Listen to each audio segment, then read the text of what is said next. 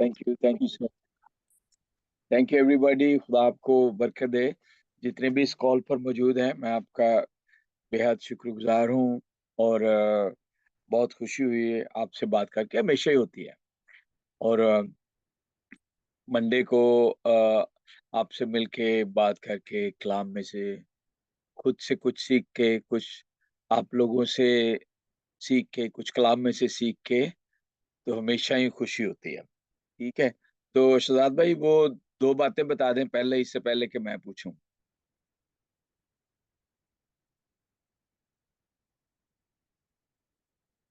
भाई शहजाद। जी yes sir. अच्छा, वो दोनों बातें बता दें पहले, इससे पहले कि मैं पूछूं। हाँ जी। कौन कौन स्टूडेंट रीड करके आया है? पहली बात ऐसे है सर, इनको ये अच्छा। होमवर्क मिला था या हाँ, कुछ वो और होमवर्क है। आपने पूछना है? हम नहीं, हाँ जी। होमवर्क के वाला वो दो चीजें जो मैं पूछता होता हूँ, आवाज और फोटो वाली। हाँ जी, वो वाली बिल्कुल दुरुस्त है। वो सही आ रही है, आवाज भी, फोटो भी, और मग भी चाय का। वाह। और ऑरेंज बस कलर का मग, मग भी। हाँ। अच्छा, yes. Thank you so much. तो भी मुझे पता था बाइबल स्टडी लेनी है, पर वो नींद आ गई। 9:30 पे मुझे मेरी मिसेस ने डांट डांट के जगाया कि उठ जाए, आपकी बाइबल स्टडी आज। बहरहाल, अ, बहुत खुशी हुई आपसे बात करके, यीशु मसीह के जलाली और जबरदस्त नाम में, तसल्ली वाले नाम में, इत्मीनान बख्शने वाले नाम में, पीसफुल नाम में, आप सबको सलाम और आदाब और अस्सलाम वालेकुम। मैं हमेशा कहता हूँ कि यीशु जो सलामती का शहजादा है, उसके नाम में सलाम, विद द रीजन कि उस पर सलामती भेजने की जरूरत नहीं है, क्योंकि वो सलामती का शहजादा है। ओके। तो मैं उम्मीद करता हूँ कि 10वां और 11वां चैप्टर आप सबने पढ़ा होगा बड़ी अच्छी तरह। और अच्छी तरह नहीं तो चलो सरसरी ही पढ़ा होगा। सरसरी नहीं तो आपने चाहती तो कम से कम मारी होगी कि ये 10 और 11वां बाब हमने स्टडी करना है आगे जाके। तो नहीं भी पढ़ा होगा तो कोई कोई बात नहीं, ऐसे चलता है। स्टूडेंट्स जो है, स्टूडेंट लाइफ में ऐसे ऐसे चलता है। हम भी ऐसे किया करते थे, है ना। तो कभी कभार मतलब कुछ बहुत अच्छे स्टूडेंट भी होते थे, वो पढ़ के भी आते थे, सवाल तैयार करके भी आते थे। कुछ मेरे और आप जैसे भी होते थे कि एन वक्त पे थोड़ा पढ़ना है, वरना उसी वक्त ऐसे किताब खोली, है ना, तो ऐसे भी हो जाता है। पर इट्स फाइन, नो प्रॉब्लम। पीछे जो हमने पढ़ा था, डिटेल आप बड़ी अच्छी तरह जानते हैं कि 8वें बाब में किस तरह कलीसिया पर जुल्म सितम हुआ। और फिर आगे जाके मेन जो है, पीछे उससे थोड़ा देखे तो स्टिफनस को शहीद किया जाता है 7वें बाब के एंड पे। 8वें बाब में साउल जो है वो बहुत ज्यादा सताता है। और फिर एक जादूगर शमौन, वो खुदावंद को कबूल करता है। फिर फिलिप्पस की मदद से हबशी खोजा जो है वो खुदावंद को कबूल करता है। उसके बाद 9वें चैप्टर में हमने देखा कि किस तरह साउल जो है वो मसीहों को मारने सताने के लिए वो दमिश्क जाता है। लेकिन रास्ते में खुदा यीशु मसीह, खुद गिची ना बुलंद है, खुदा यीशु मसीह ने उसको पकड़ लिया और खुदा यीशु मसीह के वो कदमों में आ गया।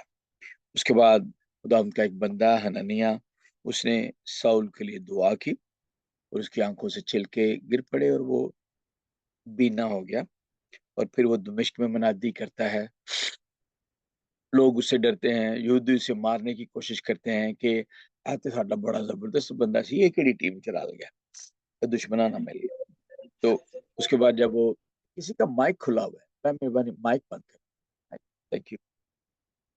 फिर यरूशलेम में आके शागिर्दों से भी मिलने की कोशिश करते हैं, तो शागिर्द भी डरते हैं उससे। भाई उसकी हिस्ट्री इस तरह की थी, डराने वाली, है ना। उन्होंने चाहे कितने ऐसा डरना गेम ना कर दो। तो लेकिन फिर वो खुदावंद में मजबूत होता गया। वो गवाही देता है कि किस तरह खुदावंद रास्ते में उसको मिला है। और फिर वो लुद्दा में आता है। पतरस जो है वो लुद्दा में आता है। ये पौलुस की थोड़ी देर उधर स्टोरी रुकती है कि कलीसिया जो है वो रूह में तसल्ली में आगे बढ़ती गई। पतरस की स्टोरी थोड़ी सी शुरू होती है 10वें बाब से थोड़ा पहले। तो वो लिद्दा और याफा में आया, वहाँ एक तबीता नाम एक शागिर्द थी, उसकी डेथ होगी, तो पतरस के वसीला से खुदा ने उसको जिंदगी दे दी। अब हम चलते हैं 10वें बाब में, और एक जबरदस्त स्टोरी, एक जबरदस्त हकीकी वाकया जो रूनुमा हुआ, उसका जिक्र हमें मिलेगा 10वें बाब में। एक शख्स कुर्नीलियस का जिक्र मिलेगा हमें, जो कि सूबेदार था। इंग्लिश में दो लफ्ज है, ग्रीक में सेंचुरियन कहते हैं, और आसान लफ्जों में आर्मी ऑफिसर। ठीक है, अगर आप पहली 1 से लेकर 4 आयात तक हम पढ़े तो लिखा कि कैसरिया में, इंग्लिश में कैसर को सीजर कहते हैं, सीजर, तो कैसरिया को बोलेंगे सिजेरिया, राइट, सिजेरिया। तो कैसरिया में कुर्नेलियस नाम एक शख्स था, वो उस पलटन का सूबेदार था, उस रेजिमेंट का, जो आर्मी में होती है ना, रेजिमेंट ग्रुप्स होते हैं, एने रेजिमेंट, एने लोग, एने लोग, एने लोग। तो वो आर्मी ऑफिसर था एक रेजिमेंट का, जो तालियानी कहलाती है, इटालियन, इटालियन कहलाती है। इटली जो है ना, इटली मुल्क, उसके रहने वाले लोगों को इटालियन कहते हैं। जैसे अमेरिका में रहने वाले लोगों को अमेरिकन कहते हैं, और कनाडा में रहने वालों को कैनेडियन कहते हैं। बिल्कुल इसी तरह इटली में रहने वालों को इटालियन कहते हैं। तो उस रेजिमेंट का नाम भी इटालियन रेजिमेंट था। वो दीनदार था, दीनदार कहते हैं डिवोट, DEVOUT, डिवोट, जिसने अपनी जिंदगी जो है वो दीन के लिए वक्फ कर रखी हो, उसे हम दीनदार कहते हैं, राइट। और लिखा है, और अपने सारे घराने समेत खुदा से डरता था। हालांकि देखिए, ये यहूदी नहीं था, पर फिर भी ये गैर कौम से था, और अपने सारे घराने समेत खुदा से डरता था, और यहूदियों को बहुत खैरात देता था, और हर वक्त खुदा से दुआ करता था। तो अब देखिए, 3 बातें इस शख्स के बारे लिखी हैं, जो यहूदी भी नहीं है, और जो एक दीनदार कहलाता है, और खुदा से डरता है, यहूदियों को बहुत खैरात देता है, दुआ भी करता रहता है। क्या हुआ, उसने तीसरे पैर के करीब रोया में साफ साफ देखा कि खुदा का फरिश्ता मेरे पास आकर कहता है, कुरनेलियस। उसने उसको गौर से देखा और डर कर कहा, खुदावंद, क्या है? उसने उससे कहा, यानी कि खुदा ने कुरनेलियस से कहा, तेरी दुआएं और तेरी खैरात यादगारी के लिए खुदा के हजूर पहुंची। ਜਿਹੜੀਆਂ ਤੂੰ ਦੁਆਵਾਂ ਕਰਦਾ ਨੇ ਉਹ ਵੀ ਖੁਦਾ ਨੇ ਯਾਦ ਰੱਖਿਆ, ਪਹੁੰਚ ਗਈਆਂ। ਜਿਹੜੀ तू खैरात देना है वो भी खुदा ने देख ली है। आपको याद होगा, खुदा यीशु मसीह ने मत्ती की इंजील में क्या लिखा था, कि जब तू खैरात दे तो अपने आगे नरसिंगा ना बजवाना। ਤੇ ਅੱਜ ਕੱਲ ਨਰਸਿੰਗਾ ਛੱਡ ਕੇ ਤੇ ਢੋਲ ਵਜਾਏ ਜਾਂਦੇ ਨੇ, ਕਿ ਜਨਾਬ ਇਹ ਫਲਾਣ ਨੂੰ ਦਿੱਤੀ, ਇਹ ਫਲਾਣ ਨੂੰ ਦਿੱਤੀ, ਘਿਓ ਦਾ ਇੱਕ ਡੱਬਾ ਦਿੱਤਾ, ਉਹਦੀ ਵੀ ਫੋਟੋ, ਲਾਈਫ ਬॉय ਦੀ ਇੱਕ ਗਾਚੀ ਉਹ ਦਿੱਤੀ, ਉਹਦੀ ਫੋਟੋ। ਫੇਸਬੁੱਕ पे मैं देख रहा था, ਇੱਕ ਬੰਦਾ ਉਹ ਗਟਰ ਤੇ ਢੱਕਣ ਰੱਖਣ ਦਾ ਇਫਤਤਾਹ ਕਰ ਰਿਹਾ ਜਨਾਬ, ਤੇ ਨਾਲ ਉਹਦੇ ਲੋਕ ਨੇ ਤੇ ਇੰਜ ਖੜੇ ਨੇ, ਉਹ ਢੱਕਣ ਫੜ ਕੇ ਲੋਹੇ वाला ਜਿਹੜਾ, वो तस्वीरें बना रहे। माइक खुला हुआ है किसी का, माइक बंद कर। अच्छा, तो वो भी देखें, आपकी खैरात जो है ना, जो आप खुदावंद के लिए किसी को देते हैं, किसी आप मस्कीन की, गरीब की, बेवा की, यतीम की, जब आप मदद करते हैं, यू डोंट नीड कि आप बड़ा कोई आला काम कर रहे हैं, उसकी जरूरी नहीं है कि आप उसके आगे नरसिंगा बजवाएं कि ओहो हो बल्ले बल्ले मैं की कर देता। आजकल चलता है, दो उसके पहलू हो सकते हैं। अगर तो अच्छा पहलू है, अगर तो आपके जेहन में शोबाजी नहीं है, अगर तो ये है जेहन में कि मेरा ये काम देख के दूसरों को भी महमीज मिलेगी, औखा लफ्ज़ है, इसका मतलब है दूसरे भी इंस्पायर होंगे कि हमें भी अच्छा काम करना चाहिए, दैट इज फाइन। लेकिन इस हालत में भी मैं सोचता हूँ कि अगर मैं किसी को, फर्ज करें कोई राशन बांट रहा हूँ सपोज, तो जरूरी नहीं है कि उसकी उसकी भी फोटो और आपकी भी फोटो हो। हम कहते हैं कि दुनिया कैसे जानेगी कि मैं बड़ा दीनदार हूँ या मैं बड़ा मददगार हूँ, तो हम वो इसलिए फोटो उतरवाते हैं। लेकिन उसके दो तरह से काम हो सकता है कि अपना चेहरा भी छुपाया जाए और उसका चेहरा भी छुपाया जाए, ताकि दोनों की लाज रह जाए। ये मेरा जाती ख्याल है, ये मैं इस तरह सोचता हूँ। आप मेरे साथ डिसएग्री कर सकते हैं। आप कह सकते हैं जी कि ਤੁਸੀਂ ਕਿੱਧਰ ਦੀ ਮਾਰਨ ਰਹੇ ਹੋ ਜੀ, ਸਾਡੇ ਪਾਕਿਸਤਾਨ ਚ ਨਹੀਂ ਚੱਲਦਾ ਜਾਂ ਇੰਡੀਆ ਚ ਨਹੀਂ ਚੱਲਦਾ। ਉੱਥੇ ਤੇ ਇਹ ਦਵੋ ਤੇ ਫੋਟੋ ਵੱਡੀ ਖਿਚਾਓ ਤੇ ਫਿਰ फेसबुक पे भी लाओ तो दसो सारे। तो आप मुझसे एग्री डिसएग्री कर सकते हैं, लेकिन ये मेरा ख्याल है कि अगर किसी को खैरात देनी है तो ऐसे, क्योंकि आप खामोशी में खैरात देंगे वो भी खुदा के हजूर पहुंच जाएगी। ठीक है। और दुआएं तो खैर पहुंचती पहुंचती हैं, लेकिन दुआ में एक खास बात हमें सीखनी है। आपको याद है दानियल की दुआ?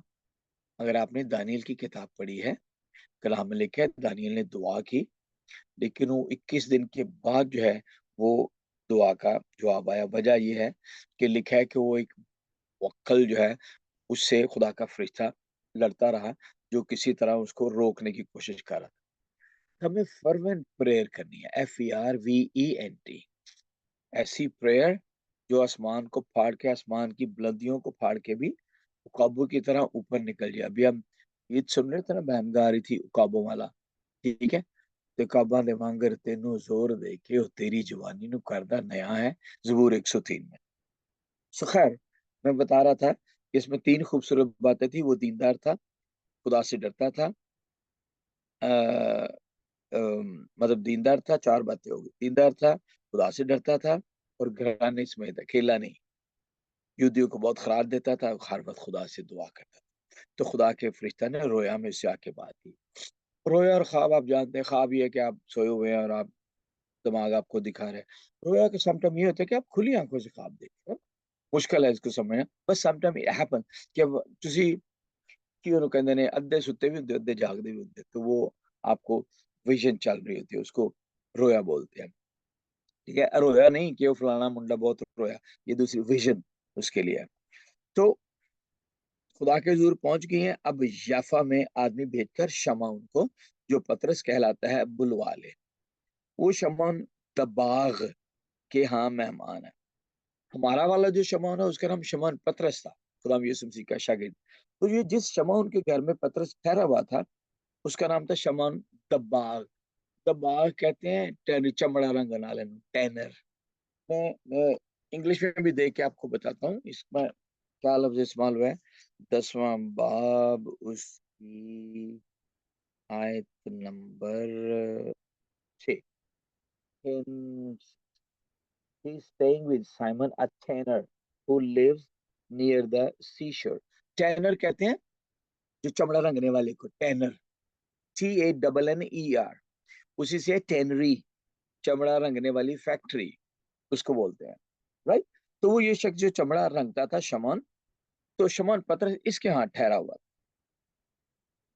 और जब वो फरिश्ता चला गया जिसने उससे बातें की थी, तो उसने दो नौकरों को, और उनमें से जो उसके पास हाजिर रहा करते थे, एक दीनदार सिपाही को बुलाया।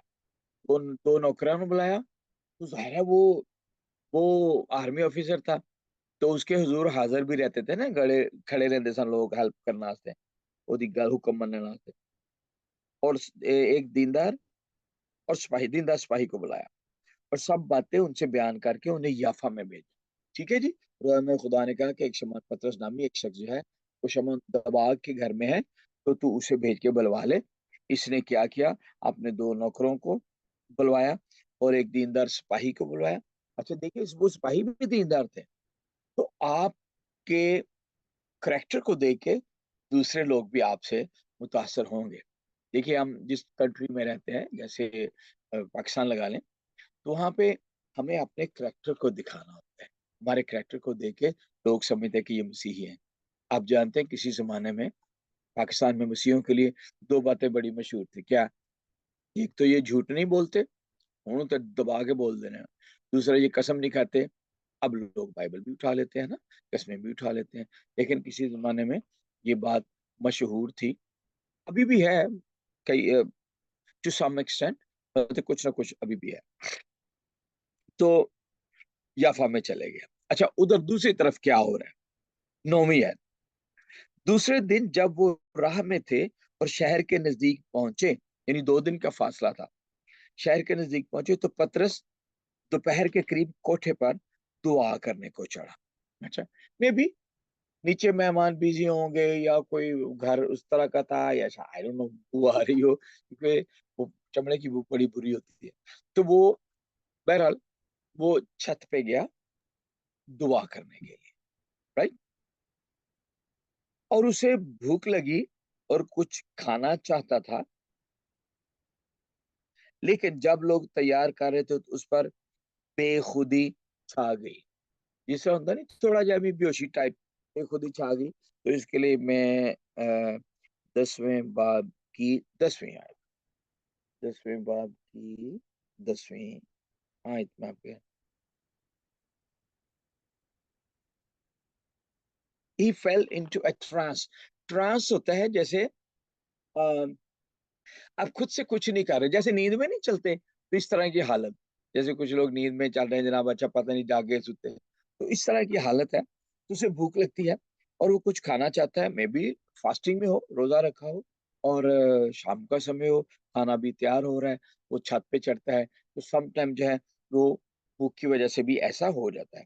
उस पर बेखुदी छा गई और उसने देखा कि आसमान खुल गया और एक चीज बड़ी चादर की मानद, एक चीज है उन्हें लगी जिस तरह चादर टाइप है, चारों कोनों से लटकती हुई जमीन की तरफ उतर रही है, जिसमें जमीन के सब किस्म के चौपाए, चौपाए वो कहते, चौ कहते हैं चार को, पाए पाँव को, जिनके 4 पाँव होते हैं, चौपाए 4 पाँव वाले जानवर वो, और कीड़े मकोड़े, अटट्टे ते कीड़ियां ते लाल bag, oh my god how can you.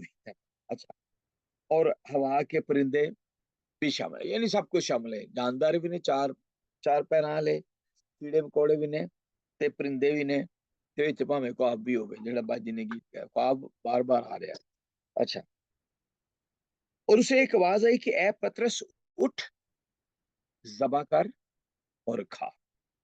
वो क्या कहता है, मगर पतरस ने कहा, खुदा, हरगिज नहीं, क्योंकि मैंने कभी कोई हराम या नापाक चीज नहीं खाई। हैरत है, पतरस ने होने नजर आ गई जी ऐसे, इंज करके ਇੱਥੇ करके आ गई होनी है। ਤੇ ਪਤਰਸ ਨੇ ਵੇਲਾ ਵਿੱਚ ਕੀੜੇ ਵੀ ਨੇ ਤੇ ਵਿੱਚ ਪਰਿੰਦੇ ਵੀ ਨੇ ਤੇ ਵਿੱਚ ਜਾਨਵਰ ਵੀ ਨੇ, ਵਿੱਚ ਸੂਰ ਵੀ है, खरगोश भी है, ऊंट भी है, ते सारे सब कुछ भी चाहिए। तो उसने कहा, हरगिज नहीं खुदा, मैंने कभी कोई हराम या नापाक चीज नहीं खाई। पतरस आप जानते हैं बड़ा पक्का किस्म का यहूदी था। तो पुराने नामे में, शरीयत में आप जानते हैं, मूसा की शरीयत में, इस तरह की किताब में भी, और फिर आप अहबार की किताब में भी, वहाँ पे बड़ी डिटेल में जिक्र है, खुसूसी तौर पे इस्तिस्ना में, कि ये चीजें नहीं खानी और ये चीजें खानी है। मसलन कि जो जानवर जुगाली भी करते हो, नहीं खाते रहो, मुंह से झाग से निकलते, वो जुगाली करते हो, चित्त के खाते हो खाना, और जिनके पाँव नीचे से चिरे हुए हैं, सेपरेट हो, जैसे अभी आपने भैंस अगर देखिए तो उसके पाँव चिरे होते हैं ना, थोड़े सेपरेट होते हैं, तो उनको आप खा सकते हैं। ये पुराने अहदनामे का जिक्र है, खुदा ने जो मूसा को अहकाम दिए थे। उसके बाद फिर मछलियों का जिक्र है कि जिस मछली के ऊपर चाने हो, उसे हम वो खाते हैं कि चाने वाली मछली खानी चाहिए। तो बहुत एक एक लिस्ट है वहां पे पूरी, तो पत्र के ज़हन में वो लिस्ट थी। पत्र से कहा, ऐ खुदा हरगिज नहीं, क्योंकि मैंने कभी कोई हराम या नापाक चीज नहीं कही। फिर दूसरी बार उसे आवाज आई कि जिन को खुदा ने पाक ठहराया है तू उन्हें हराम ना कह। 3 बार ऐसा ही हुआ और फिर वो चीज आसमान पर उठा ली गई। खुदा से बार बार कह रहा है कि जिनको खुदा ने पाक ठहराया है, वो चीजें जो नीचे आई हैं, खुदा ने पाक कह रहा है और पतरस उन्हें नापाक कह रहा है। हाँ, वो बात बड़ी अजीब सी लग रही है कि अगर हम देखें, अच्छा कीड़े मकोड़े थे, छुपाए थे, और क्या कहते हैं वहां के परिंदे थे, उनमें शायद पाक भी हो नापाक भी हो। पतरस ने नापाक वाली साइड देख रहा है, खुदा उसको कह रहा है कि नहीं, जिन चीजों को मैंने पाक ठहरा है उनका आप नापाक ना। छोटी सी बात जो समटाइम समझने वाली है। Sometime we are looking at the negative things, जबकि खुदा ने वो पॉजिटिव थिंग्स रखे, पर हम उन्हें नेगेटिव थिंग्स बना रहे हैं। आगे देखिए, जब पतरस अपने दिल में हैरान हो रहा था कि ये रोया जो मैंने देखी है, देखी क्या है, तो देखो वो आदमी जिन्हें कुरनेलियस ने भेजा था, शमौन का घर दरियाफ्त करके दरवाजा पर आ खड़े हुए और पुकार कर पूछने लगे कि शमौन जो पतरस कहलाता है यही मेहमान है? तो भाईजान शमौन जो पतरस कहलाता है इतने ही है, पुकार कर, है ना, उच्ची सारी कहने लगे। जब पतरस उस रोया को सुन रहा था तो रूह ने उससे कि देख, तीन आदमी तुझे पूछ रहे हैं, बस उठकर नीचे जा और बेखटके बगैर डरे उनके साथ हो ले, क्योंकि मैंने ही उनको भेजा है। पतरस ने उतरकर उन आदमियों से कहा, देखो, जिसको तुम पूछते हो वो मैं ही हूँ। तुम इस सबब से तुम किस सबब से आए हो? उन्होंने कहा, कुरनेलियस सूबेदार, जो रास्तबाज और खुदा तरस आदमी और यहूदियों की सारी कौम में नेक नाम है, उसने अपने उसने पाक फरिश्ता से हिदायत पाई कि तुझे अपने घर बुलाकर तुझसे कलाम सुने। बस उसने उन्हें अंदर लाकर उनकी उनकी मेहमानी की, मेहमान नवाजी की। अच्छा, मुझे माफ कीजिएगा, शुरू में मैंने मैंने कहा कि शायद वो यहूदी नहीं था, बट ही बस बड़ा पक्का यहूदी था और खुदा तरस था, डरता था, दुआ करता था, और यहूदियों की सारी कौम में वो नेक नाम था। उसने फरिश्ता से हिदायत पाई है कि हम आप हमारे पास आए। अच्छा, आप देखिए समझने वाली बात, खुदा का पाखरू जब भी बात करता है या खुदा जब भी बात करता है तो हमेशा दो तरफा बात करेगा, कंफर्मेशन के लिए, राइट। उधर खुदा ने बात की कुरनेलियस से और उधर खुदा ने बात की पतरस से, राइट। आप देख रहे हैं किस तरह राब्ता चल रहा है। तो सम टाइम हमारे यहाँ आजकल क्या होता है कि आपके जहन में कोई बात है, आपके जज्बात ने या फीलिंग्स ने कोई बात कही, तो मे भी हम समझते हैं कि खुदा के पाकरू ने हमें पाकरू ने बताया, जो कि खुदा का पाकरू, उसके बगैर हम कुछ नहीं कर सकते, राइट। खुदा किसी न किसी तरह से हदायत देता है। खुदा ख्वाब के जरिए बोलता है, खुदा रोया के जरिए बोलता है, खुदा अपने लोगों के जरिए बात कर सकता है, खुदा कलाम के जरिए आपसे बात कर सकता है। और खुदा समटाइम, खुदा जो है आपके दिमाग में, बिल्कुल खुदा ऐसे लगता है जैसे खुदा आपसे बातें कर रहा है। मैं आपको मिसाल देता हूँ। एक दफा फैसलाबाद में अ, रात का समय था, तो मैं दुआ करने लगा, पर उस गर्मी बहुत ज्यादा थी, तो मैंने उनसे शॉर्ट्स पहने हुए थे, राइट। तो मैंने बनियान बिन्नी पहनी हुई थी, या बनियान बनियान थी और शॉर्ट्स पहने हुए थे। तो मैं दुआ करने लगा, तो मुझे ऐसे जैसे मेरा कान पकड़ के कोई कह रहा है कि नहीं, पूरे कपड़े पहन, आप पूरे कपड़े पहन के शर्ट पहनो, पैंट पहनो, फिर तमीज से मेरे हजूर आओ। अब ये मेरा तजर्बा है, मैं आप में से किसी पे भी नहीं लगा रहा। अब जैसे आपकी मर्जी, आप खुदा के हजूर आ सकते हैं, लेकिन मैं बता रहा हूँ कि सम टाइम आपका इनर सेल्फ आपसे बात करता है और खुदा आपके कॉन्शियस के जरिए ही आपसे बात करता है। देखिए, उधर खुदा ने कुरनेलियस से बात की, उधर खुदा ने जो है वो पतरस से बात की। और किस तरह देखे, कड़ी से कड़ी मिल रही है। वो आते हैं, खुदा कुरनेलियस को कहता है पतरस को बुला ले। उधर खुदा ने पतरस को बताया कि ऐसे ऐसे दो आदमी तुझे नीचे आ रहे हैं, उन्हें मैंने ही भेजा है, तो बगैर डरे उनके साथ हो ले। पतरस इस बात को मानता है, छत से नीचे आता है और उनको कहता है, मैं ही हूँ जिसे तुम पूछ रहे हो, किस लिए आए हो। वो सारी स्टोरी बताते हैं और पतरस उनके साथ चला जाता है। आगे चलते हैं। एक खास बात मैं आपको फिर बता, दूसरे दिन दूसरे दिन वो उठकर उनके साथ रवाना हुआ और याफा में से बाज भाई उसके साथ हो लिए, यानी कुछ फ्रेंड्स भी उसके साथ गए, याफा में से बिलीवर्स भी। वो दूसरे रोज कैसरिया में दाखिल हुए और कुरनेलियस अपने रिश्तेदारों और दिली दोस्तों को जमा करके उनकी राह देख रहा था। कैसी बात है, देखो, उसको पूरा यकीन था कि जो खुदा अगर मुझसे बात कर रहा है तो वो जरूर शमौन को भी करेगा बात, और वो लेके आएंगे शमौन को। तो अपने रिश्तेदारों को भी इकट्ठा किया हुआ है। देखिए कैसी ट्रस्ट की बात है ना। और हम खुदा पर ट्रस्ट नहीं करते। एक दफा, दो, शायद मैंने आपको बताया, दो बिल्डिंगें थी, तो उनके ऊपर एक टाइट रस्सा बंधा हुआ था इधर से उधर, और उस टाइट रस्से पे साइकिल पे एक शख्स बैठा हुआ। वो साइकिल चला के एक किनारे से दूसरे किनारे की तरफ उसने जाना था। उसके हाथ में बड़ा सा डंडा था, तो बैलेंस रखने के लिए। और नीचे बड़ी भीड़ लगी हुई थी, दो लोग तमाशा देख रहे थे। सबसे बड़ी बात, उस आदमी के कंधे पे उसका बेटा भी बैठा हुआ।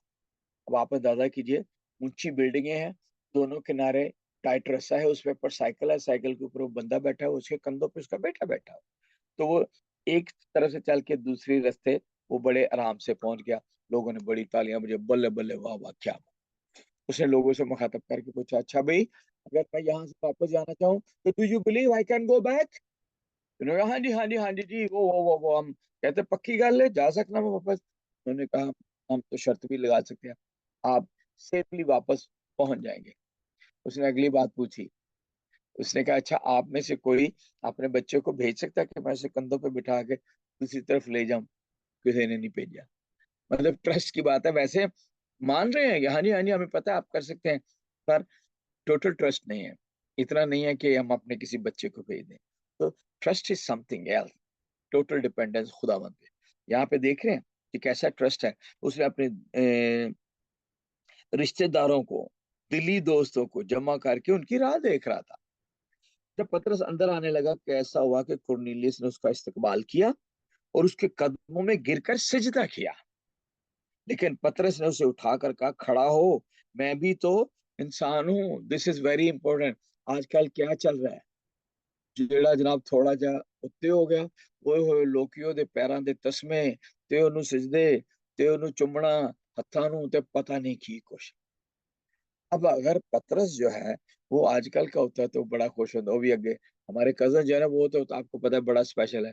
वो ते हाथ चुम चुम के जनाब ते पैरां च सिजदे ते वॉटएवर। ਸਾਡੇ फिर भी घट ने, लेकिन हुन शुरू हो गए ने। तो पतरस ने क्या कहा, ओ भाई ना ना ना ना, मैं भी तेरी तरह इंसान हूं, मुझे सजदा मत कर। उसे पता था कि सजदा करना सिर्फ खुदा को ही रवा है। ठीक है जी। और उस बातें करता हुआ अंदर गया और बहुत से लोगों को इकट्ठा पाकर बातें हो पाई जी, ठीक ठाक, ये वो सारा नॉर्मल हालचाल। बहुत से लोगों को इकट्ठा पाकर उनसे कहा, तुम तो जानते हो कि यहूदी को गैर कौम वाले से सोबत रखना या उसके यहाँ जाना नाजायज है, मगर खुदा ने मुझ पर जाहिर किया कि मैं किसी आदमी को निजिस या नापाक ना कहूं। इसलिए बुलावा जब मैं बुलाया गया तो बेउज्र, कोई बहाना नहीं मैं किया, चला आया। बस अब मैं पूछता हूँ कि मुझे किस बात के लिए बुलाया है। मैं एक एक जरा चीज मैं क्लियर करना चाह रहा हूँ। जरा मेरे साथ एक सेकंड ठहरिएगा, जरा इधर रहिएगा। मैं इस बात को क्लियर करना चाह रहा हूँ कि व्हाट इज दैट। या गॉट इट।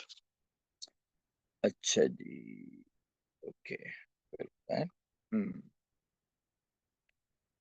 मैं कुर्नेलियस के बारे में जरा देखना चाह रहा हूँ कि ये यूनानी में इसका मतलब है सींग या सूरज की किरण। और ये कदीम और मोअज़्ज़ज़ रोमियो में से एक नाम रखा जाता था। रूमी पलटन का ये सूबेदार था। और अच्छा, अब यहाँ पे कि उसके मजहब के मतलब वाजे मालूमात नहीं है, लेकिन अमकान गालिब यह है कि वो एक नेक पारसा रूमी था जो कसरत परस्ती से बेजार था और फलसफा से मायूस था। इसीलिए वो यहूदियत की रूहानियत की तरफ मायल हो गया। अब वो नामख्तून नो मुरीद था।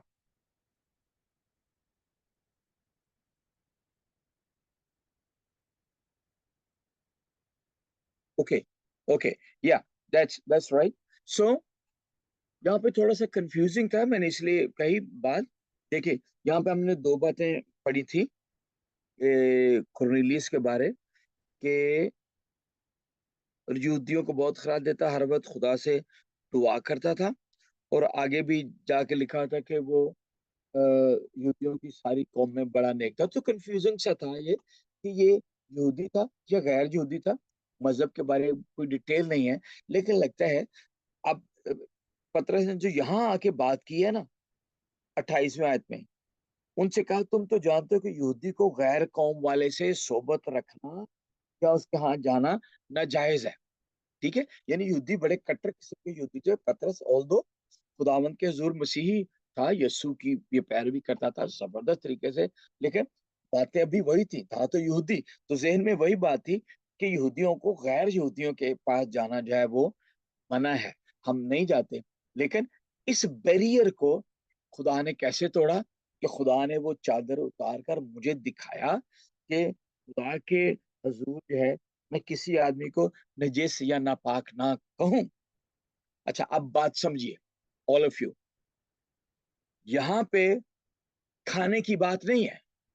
खुदा ने उस खाने वाली चादर को भेज के एक सिंबॉलिकली, एक अलामती तौर पे इस्तेमाल किया कि पतरस, मैं सबको प्यार करता हूं, भले वो यहूदी हो या गैर यहूदी हो या कोई भी हो। देखिए, आपको मत्ती की इंजील का मैं हवाला देना चाहता हूँ। जब खुदा में यीशु मसीह फरमाते हैं मत्ती की इंजील में गालबन 5वें या 6ठे बाब में कि खुदा अपना सूरज नेकों और बदों सब पर चमकाता है। खुदा अपना मी बारिश नेकों और बदों सब पर बरसाता है। बारिश जो सूरज चमकाता है सब पे। मैंने सूरज को बरसा दिया और बारिश को चमका दिया, उलट हो गया। तो खुदा अपना सूरज नेक और बदो दोनों पर चमकाता है। खुदा अपनी बारिश नेक और बदो दोनों पर बरसाता है। इसको कहते हैं फजले आम।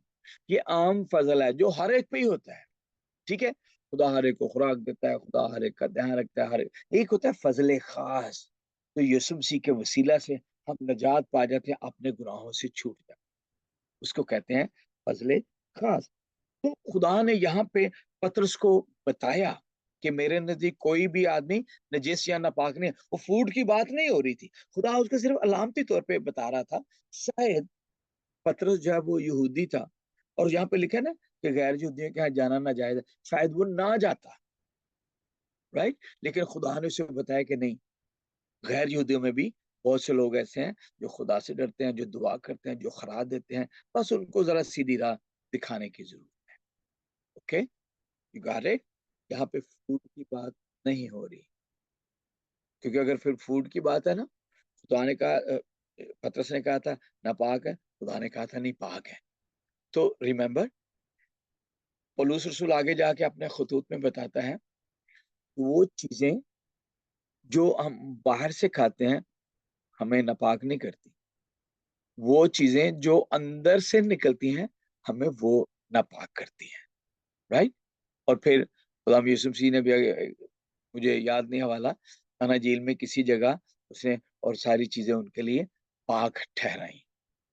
सो खाने के तलक से आपको पता है हमारे मुल्क में बड़ा वो होता है कि ए खाना है, ए नहीं खाना, इट्स फाइन। वो आपकी मर्जी है, उस पर पाबंदी नहीं है। आगे ये कुरिन्थियों को कहते हैं बड़ी डिटेल में पौलुस रसूल इस बात पे बहस करते हैं। वो कहते हैं भाई मेरे ईमान का तेरे खाने से क्या ताल्लुक। लेकिन एक बात बड़ी अच्छी हो गई कि अगर मेरे खाने से किसी को ठोकर लगे, और अगर मेरे खाने से वो शख्स बर्बाद हो जिसके लिए यीशु ने जान दी है, तो फिर मैं वो काम हरगिज नहीं। जैसे कुर्बानी के गोश्त की बात कर लेते हैं, चलते चलते बात आएगी पाकिस्तान में। कुर्बानी के गोश्त के बारे आप जानते हैं, हम मसीहों में वो यानी कि डिसएग्रीमेंट है। कुछ कहते हैं खा लेना चाहिए, कुछ कहते हैं नहीं खाना चाहिए। जो कहते हैं खा लेना चाहिए वो कहते हैं खुदा ने हमारे लिए हर चीज पाक ठहराई है, हमें कुछ नहीं होता भले कुछ भी हुआ हो, इट्स फाइन। जो लोग नहीं कहते वो कहते हैं बात खाने की नहीं है, बात इसके पीछे ईमान की है। कि वो ये कुर्बानी वो इस्माइल के ताल्लुक से देते हैं कि हजरत इब्राहिम ने हजरत इस्माइल की कुर्बानी दी। हम हजरत नहीं लगाते, हम इब्राहिम बोलते हैं और इस्माइल कहते हैं। तो कुर्बानी जो है वो बाइबल में जो जिक्र है वो है इब्राहिम ने इजहार की कुर्बानी करना चाहिए। तो कुर्बानी हुई किसी की भी नहीं, वो तो खुदा ने बचा लिया। तो यहाँ से जो है वो मेजर इख्तलाफ यहाँ से आ जाता है, ठीक है। शुरू से हमारे जो कजन्स हैं वो सोचते हैं कि इब्राहिम ने उनके उनके किताब के मुताबिक कि हजरत इब्राहिम ने हजरत इस्माइल की कुर्बानी दी। हम ईमान रखते हैं बाइबल मुकद्दस के मुताबिक कि इब्राहिम ने इसहाक की कुर्बानी करना चाहिए। तो जो गोश्त नहीं खाते कुर्बानी का, वो इस बारे सोचते हैं कि अगर हमने खा लिया तो हम उस अकीदे में शामिल हो जाते हैं, हम ये मानना शुरू कर देते हैं कि शायद इस्माइल की ही कुर्बानी। तो ये वो आर्गुमेंट्स हैं जो हम दे सकते हैं। तो अब आप सोचते होंगे अच्छा जी आप क्या कहते हैं। I don't mind. पाकिस्तान में थे, मैंने कभी कभी नहीं खाया। हालांकि मैं एक जो फैसलाबाद में एक नेशनल हॉस्पिटल था, वहाँ का एक डॉक्टर था, उसके बेटे को मैं पढ़ाने जाया करता था ट्यूशन। तो उसने एक दफा तो कुर्बानी का पूरा बकरे दी लाती पूरी जड़ी ने मनु दे दी, तो घर ले आए देने के लिए। अब वो घर आए तो हम ब्लंटली बुरा लगता है कि हम कहीं देना इल्ला जो लाजो जैसी नहीं। खैर मैंने ओके लेके रख ली, फिर वो कुछ हमारे इर्द गिर्द जो खा लेते थे, मैंने से पूछा है तो उनको दे दिया। No I am not saying कि मैं कोई बड़ा कोई राइचियस शख्स हूँ, ऐसी बात नहीं है, राइट। लेकिन वो ये है कि ट्रेंड अभी नहीं खाना तो इट्स फाइन, तो खाना ना तो इट्स फाइन। आप पे कोई कदगन नहीं है भाई। देखिए हम हमारा मसला ये है उधर, अब फटाफट ऐसे उंगली ओ यार खुरियाते हैं जदाते हैं जदा खुदा ने। मैं ये सोचता हूँ शहजाद भाई, जितने भी आप यहाँ पर मौजूद हैं, मैं सोचता हूँ कि जब हम खुदावंद के पास जाएंगे तो खुदावंद ने ये सवाल तो नहीं करना कि तू केड़े गिरजे जाना था ते केड़े गिरजे नहीं, आ तू खादा कुर्बानी दा गोश्त या नहीं, आ तू इंज कीता या नहीं। क्वेश्चन एक ही होगा, आप यीशु के लहू से धुले हैं कि नहीं, राइट। तो ये मेरे ये जाती जो मेरा ख्याल है वो ये है। बाकी आप सयाने हैं, आप बाइबल को पढ़िए, आप देखिए, फिर जैसे खैर बात चलती हुई आगे निकल आई। तो 20वें आयत से कुरनेलियस ने कहा, उस वक्त पूरे 4 रोज हुए कि मैं अपने घर में तीसरे पहर की दुआ कर रहा था। अच्छा देखिए वो हर पहर में दुआ करता था, पहला पहर, दूसरा पहर, तीसरा पहर, यानी कि दोपहर के पहर के करीब, तो 4, 3, 4, 5 के दरमियान। और क्या देखता हूँ कि एक शख्स चमकदार पोशाक पहने हुए मेरे सामने खड़ा हुआ और कहा, ए कुरनेलियस, तेरी दुआ सुन ली गई तो तेरी खैरात की खुदा के हुजूर याद हुई। बस किसी को याफा में भेजकर शमन को, जो पतरस कहलाता है, अपने पास बुला। वो समुद्र के किनारे शमन दबा के घर में मेहमान है। बस उसी दम मैंने तेरे पास आदमी भेजे और तूने खूब किया जो आ गया, अच्छा किया, वेरी गुड। अब हम सब खुदा के हुजूर हाजिर हैं ताकि जो कुछ खुदा ने तुझसे फरमाया है उसे सुने। तो कलाम में लिखा, पतरस ने जुबान खोलकर कहा, अब मुझे पूरा यकीन हो गया कि खुदा किसी का तरफदार नहीं, 13वीं, बल्कि हर कौम में जो उससे डरता और रासबाजी करता है वो उसको पसंद आता है। हर कौम में, वो मुसलमान हो, वो यहूदी हो, वो मरजई हो, वो वट, हर कौम में जो खुदा से डरता और रासबाजी करता है वो उसको पसंद आता है, राइट। अच्छा ये आयत आपने सीखनी है, जरा नोट कर लीजिए। आपने शुरू करना है, खुदा किसी का तरफदार नहीं, यहां से शुरू करके, बल्कि हर कौम में, और अगली पूरी आयत, ठीक है, आयत नंबर 35 पूरी और 34 का आखिरी हिस्सा। सो जो कलाम उसने बनी इसराइल के पास भेजा, जबकि यीशु मसीह की मार्फत, जो सबका खुदावंद है, सुलह की खुशखबरी दी। उस बात को तुम जानते हो जो यूहन्ना के बपतिस्मा की मुनादी के बाद गलील से शुरू होकर तमाम यहूदिया में मशहूर हो गई, कि खुदा ने यीशु नासरी को रूल कुद्स और कुदरत से किस तरह मसा किया।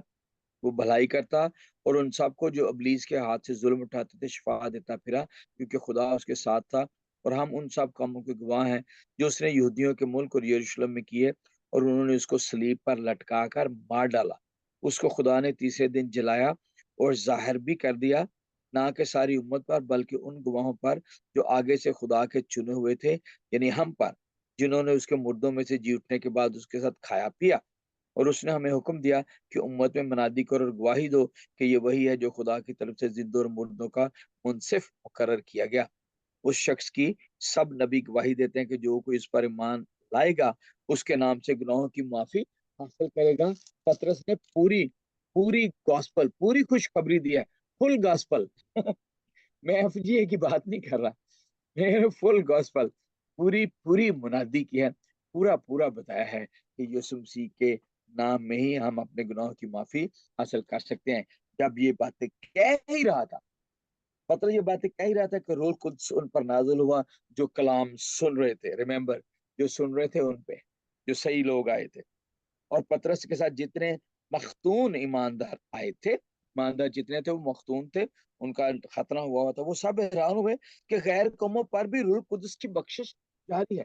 यहाँ पे फिर क्लियर हो रहा है, राइट, कि ये सारे ये गैर कौम वाले लोग, ये रूमी थे, ये यहूदी नहीं थे। तो वो बड़े हैरान होते हैं, यार समटाइम हम सोचते हैं अच्छा खुदा फलां को तो यूज ही नहीं कर सकता। समटाइम हम सोचते हैं अच्छा ओ फलां जेड़े ने ना, मसीहों में जितने भी लोग फिरके हैं, कैथलिक्स हो गए, पेंटिकॉस्टल्स हो गए, ब्रदर्न हो गए, मेथोडिस्ट हो गए, जितने भी हैं बहरहाल, तो हम सोचते हैं अच्छा जी फलां जो है वो तो समझो कि मसीह से खारिज है, वो तो ये करते हैं, वो तो छुट्टी। हम ना, ये जो अदालत करने का काम है ना, ये खुदा होता है। आपको पता है हमारे कजन किस लिए मुसीबत में पड़े रहते हैं? मैं जो जो मेरा जाती ख्याल है ये, जब हम फतवे जारी करते रहते, फतवा जारी करना खुदावंद का काम है। फतवा जारी करने का मतलब वो होता है किसी की अदालत। अदालत करना किसका काम है? मेरा और आपका तो नहीं, ये खुदा का। तो जब हम अदालत करते हैं ना, वो जी फलाना इंजदा, हम अदालत कर रहे हैं, तो खुदा का काम हम अपने हाथ में ले रहे हैं, जिससे खुदा बुरा बनाता है। खुदा का काम है ये अदालत करना, हमारा काम नहीं है। यहाँ पे भी वो हैरान हो रहे हैं कि गैर कौमों पर भी पाकरू की कुदरत नाजल हो रही है। सिर्फ यही नहीं, क्योंकि उन्हें तरह तरह की जुबानें बोलते और खुदा की तमजीद करते। ठीक है, पाकरू जैसे शागिर्दों पे नाजिल हुआ था, वो गैर जुबानें बोलने लगे थे। यहाँ पे भी उन पे पाकरू नाजिल होता है, और वो गैर जुबानों में खुदा की तारीफ और तमजीद कर रहे हैं। पतरस ने जवाब दिया, क्या कोई पानी से रोक सकता है कि ये बपतिस्मा ना पाए जिन्होंने हमारी तरह रूह कुद्स पाया? उसने हुक्म दिया कि उन्हें यीशु मसीह के नाम से बपतिस्मा दिया जाए। इस पर उन्होंने उससे दरखास्त की कि चंद रोज हमारे पास रहे। तो ये जबरदस्त स्टोरी का बयान जो है, ये 11वें चैप्टर का यहाँ पे खत्म होता है। और यही सिलसिला जब आगे चलता है 11वें बाब में, जब यरूशलेम में और यहूदिया में जो भाई थे, रसूलों और भाइयों ने जो यहूदिया में थे, सुने कि गैर कौमों ने भी खुदा का कलाम कबूल किया। जब पतरस यरूशलेम में आया, तो मखतून उससे ये बहस करने लगे कि तू नामखतूनों के पास गया और उनके साथ खाना खाया। पतरस ने शुरू से वो अमर तरतीब और उनसे बयान किया। अब देखिए, यहाँ पे ना कुछ लोग राइचियस बनने के चक्कर में, जो बिलीवर थे ना, मखतून थे, जिनका खतरा हुआ था, वो लड़ने लग पड़े पतरस से आके कि तू नामखतूनों के यहाँ चला गया, तू उनके पास चला गया, वो तो मना है, और ये वो सारा सिलसिला। ये नहीं वो देख रहे कि खुदा ने किस तरह उनमें काम किया है, किस तरह उन पे पाकूर नाज़िल हुआ, किस तरह मुगाज़माने बोल रहे हैं और खुदा के रूह से खुदा की तमजीद कर रहे हैं। ये करने लग पड़े कि तू क्यों हो गया आज उधर। समटाइम ऐसा होता है ना, किसी ने कोई अच्छा काम किया हो, तो उसे अच्छे काम की तारीफ करने के बजाय वो जेड़ा बहस वाला काम होता सी उधर लै तुरने। ठीक है, समटाइम हम क्या करते हैं, लाइक एक मक्खी की तरह। मक्खी क्या करती है, वो सारे आपके सही जिस्म को छोड़ के जहाँ पे फोड़ा होता है ना, वो वहीं बैठती है। तो हम भी कई बार ऐसे ही करते हैं, किसी का इतना ढेर सारा अच्छा काम किया हो, थोड़ा सा गड़बड़ हुई तो उस पर हम पॉइंट आउट करना शुरू कर दें। ये लोग भी खुदावंद की तमजीद करने के बजाय, रसूल भी थे, भाई भी थे, बिलीवर भी और रसूल भी जो खुदा यीशु मसीह के साथ है, वो सारे उससे बहस करने लग पड़े। फिर पतरस ने तरतीब और वो सारी स्टोरी बताई कि किस तरह मैं दुआ कर रहा था, किस तरह ऊपर से वो चादर नाज़िल हुई, और किस तरह मुझे कहा गया कि उठ खा और ज़बा कर। तो मैंने कहा नहीं, मैं हराम चीज नहीं खाता। किस तरह खुदा ने कहा कि जिसे मैंने पाक ठहराया उसे आप हराम ना बोलो। 3 बार ऐसे हुआ, फिर वो चीज आसमान पर उठा ली गई। फिर ये आदमी आए, मुझे लेके गए, मेरी कुरनेलियस से मुलाकात हुई, तो खुदा ने मुझे कहा कि बिला इम्तियाज चला जा, डोंट वरी, कि यहूदियां या गैर यहूदी चला जा इनके साथ। तो फिर कहता है जब मैं गया, तो अम, फिर वो कहता है कि कुरनेलियस ने हमें सारी अपनी स्टोरी बताई। तो फिर कहता है जब मैं कलाम मैंने किया तो रूल कुदस उन पर नाजिल हुआ, और वो भी गैर ज़बानें बोलने लगे। तो फिर पतरस ने बताता है 16वीं आयत में, मुझे खुदावंद की वो बात याद आई जो उसने कही थी कि यूहन्ना ने तो पानी से बपतिस्मा दिया, मगर तुम रूहुल कुद्स से बपतिस्मा पाओगे। तो जो खुदा ने हमें नेमत दी है, इन्हें भी वही नेमत दी है। तो इसलिए फिर मैंने इन्हें बपतिस्मा दिया। अब ये पतरस सारी तकरीर जब उसने की, तो लिखा है 18वीं आयत, 11वें बाब की 18वीं आयत, वो ये सुनकर चुप रहे और खुदा की तमजीद कहने लगे फिर तो बेशक खुदा खुदा ने गैर कौमों को भी जिंदगी के लिए तौबा की तौफीक दी है। ले, तो पहले वो सोचते थे शायद कि गैर कौमों को तौबा की तौफीक नहीं है। तो आप जानते हैं फिलिप्पस जब वो हबशी खोजे के पास गया और वहां पे सामरिया का सारा गांव वो मसीही हो गया, तो वो भी खुदावंद के पास आए। लेकिन समटाइम हम नेगेटिव हो जाते हैं। अब जब उसने डिटेल बताई, फिर उन्होंने क्या, ओह अच्छा हाँ ये बात है, फिर तो वह इसका मतलब है कि खुदा की बख्शिश में तौफीक मिली है, तौबा की जिंदगी। आगे अंताकिया की कलीसिया, बस जो लोग उस मुसीबत से परागंदा हो गए थे जो स्टिफनेस के बायस पड़ी थी, वो फिरते फिरते फेनिके और कुप्रस और अंताकिया में पहुंचे, मगर यहूदियों के सिवा और किसी को कलाम ना सुनाते थे। यानी अभी तक बहुत से भाई, आपको पता है स्टिफनेस की वजह से जो तितर बितर हो गए थे, कुछ इधर भागे कुछ इधर कुछ इधर, तो इनमें से भी बहुत से जो थे वो सिर्फ यहूदियों के पास ही जाते थे, यहूदियों के अलावा गैर कौमों को वो कलाम नहीं सुनाते थे। लेकिन उनमें से चंद कुफरसी और कुरीनी थे जो अंताकिया में आकर यूनानियों को भी खुदाम यीशु मसीह की खुशखबरी की बातें सुनाने लगे, और खुदावंद का हाथ उन पर था और बहुत से लोग ईमान लाकर खुदा की तरफ रुजू हुए। खुदा का कलाम आहिस्ता आहिस्ता बैरियर तोड़ रहा है कि सिर्फ यहूदियों के पास ही नहीं जाना। आप जानते हैं मत्ती की इंजील में या अना जी में बिल्कुल शुरू में खुदा ने जब शागिर्दों को भेजा था तो उन्हें क्या कहा था भला, कि इसराइल की खोई हुई भेड़ के अलावा किसी के पास ना, इसका मतलब है यहूदियों के पास ही जाना से। लेकिन फिर बाद में मत्ती की इंजील के एंड पे बिल्कुल आखिर में खुदा यीशु मसीह ने आसमान पर उठाए जाने से पहले क्या कहा था, कि सारी दुनिया में अंजील की मुनादी का, राइट। और माल की किताब को बिल्कुल शुरू में याद है, हमने पढ़ा था कि यरूशलेम, यहूदिया और जितने भी इर्द गिर्द के इलाके, बल्कि दुनिया की सारी हदों तक खुदा उनका कलाम पहुंचाना है। ठीक है। अब ये जो नए नए मसीह हुए थे, इन्हें शायद ये बात नहीं याद थी, लेकिन फिर भी कुछ लोगों ने हिम्मत की और यूनानियों को भी कलाम सुनाना शुरू कर दिया और बहुत से लोग ईमान लाए। और उन लोगों की खबर यरूशलेम की कलीसिया के कानों तक पहुंची, और उन्होंने बरनबास को अंताकिया तक भेजा। वो पहुंचकर और खुदा का फजल देकर खुश हुआ और उन सबको नसीहत की कि दिली इरादा से खुदा से लिपटे रहो, क्योंकि वो नेक मर्द और रुल कुछ और ईमान से ममूर था, और बहुत से लोग खुदा की कलीसिया में आ मिले। अच्छा, यरूशलेम में मेन कलीसिया के हेड ऑफिस था यरूशलेम। तो ये सारी रिपोर्टें पहुंचती रहती थी। जब उन्हें रिपोर्ट गई कि अच्छा यूनानियों ने भी खुदा के कलाम को कबूल किया है, तो फिर बरनबास जो बड़ा रूह से भरपूर शख्स था, नेकमर था, रुल कुदस ईमान से ममूर था, वो भी वहां पे आ गया और उनको कहा कि खुदावंद से लिपटे रहो। 25वीं आयत, फिर वो साउल की तलाश में तरसुस को चला गया साउल को ढूंढने, और जब वो मिला तो उसे अंताकिया में लाया। और ऐसा हुआ कि वो साल भर तक कलीसिया की जमात में शामिल होते और बहुत से लोगों को तालीम देते रहे, और शागिर्द पहले अंताकिया ही में मसीही कहलाए। तो अगर क्वेश्चन हो कि जो शागिर्द जो सबसे पहले कहाँ मसीही कहलाए, अंताकिया, ठीक है, एंटियोक जिसको इंग्लिश में बोलते हैं, वहां वो मसीही कहलाए। अब ये जो लफ्ज मसीही है ना, एक तो मसीह की निस्बत से भी है, लेकिन जैसे आजकल हमें पाकिस्तान में मसीहियों को एक बुरे नाम से पुकारा जाता है, तो उस जमाने में ये नाम भी वो चिड़ाने के लिए कि ओ ये तो मसीही है, राइट। यानी कि नफरत से ये बोला जाता था, ये कि ताकि में ये मसीही कह लगे, ओ ये तो मसीह के मानने वाले हैं। तो और फिर आगे आखिरी जो वाला हम पढ़ रहे हैं 27 में से, उन्हीं दिनों में चंद नबी यरूशलेम से अंताकिया में आए, राइट।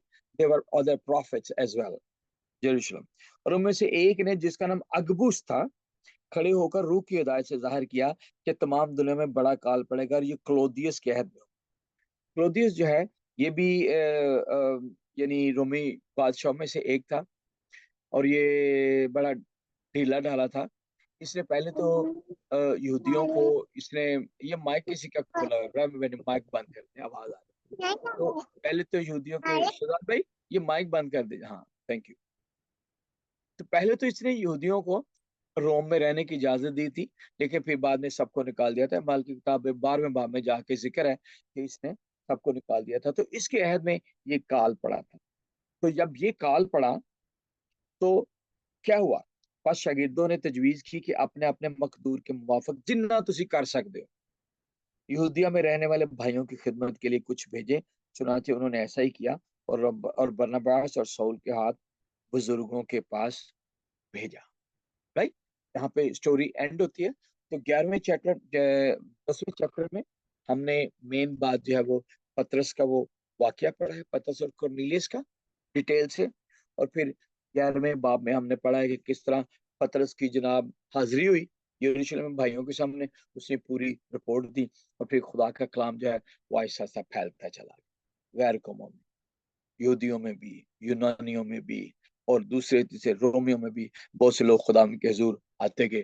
फिर काल पड़ता है और सारे बहन भाई मिलके जो जो कुछ कर सकते हैं हिस्सा डाल के अपने भाइयों की मदद के लिए भेजते हैं। कोई मुश्किल आए, परेशानी हो, बासियत कलीसिया बहसियत ईमानदार हम एक दूसरे की मदद करते हैं।